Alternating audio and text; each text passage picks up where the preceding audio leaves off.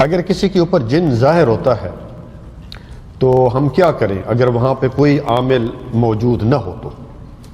سب سے پہلے تو اس سے ڈرنا نہیں ہے، وہ کوشش کرے گا آپ سے آنکھیں ملانے کی، اگر کوئی ایکسپرٹ جن ہوا تو اس سے آنکھیں نہیں ملانی، فوری طور پہ مریض چاہے عورت ہے یا مرد ہے اس کے سیدھے کان میں اذان شروع کر دیں، ایک بار سورہ فاتحہ پڑھیں، ایک بار اذان دیں، ایک بار فاتحہ پڑھیں، ایک بار اذان۔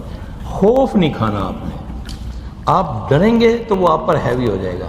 جب آپ سمجھیں کہ یہ میں نہیں تو اس سے ڈرتا نا، انشاءاللہ پھر اللہ اس کے دل میں آپ کا خوف ڈال دے گا، وہ ڈر جائے گا۔ علاج اس کا یہی ہے، کیونکہ نبی پاک صلی اللہ علیہ وسلم نے فرمایا نا، جب اذان دی جاتی ہے تو شیطان کیا کرتا ہے؟ جب مؤذن کیا کہتا ہے اللہ اکبر تو وہ پادتا ہوا اس کی ہوا خارج ہوتی ہے، وہ بھاگتا ہے۔ پھر اذان سے آپ جب پڑھیں گے سورہ فاتحہ سے جنون ختم ہوتا ہے، جن کی قوت ختم ہوتی ہے۔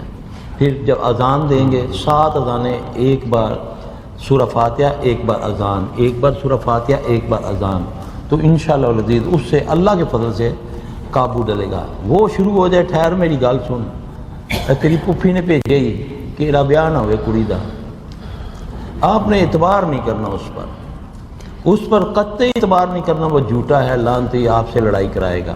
اس طرح خاندانوں میں اتنی عداوت پیدا ہو جاتی ہے، نہیں جی جن نے کیا ہے، وہ جھوٹ بولنا پیا، نعوذ باللہ نعوذ باللہ۔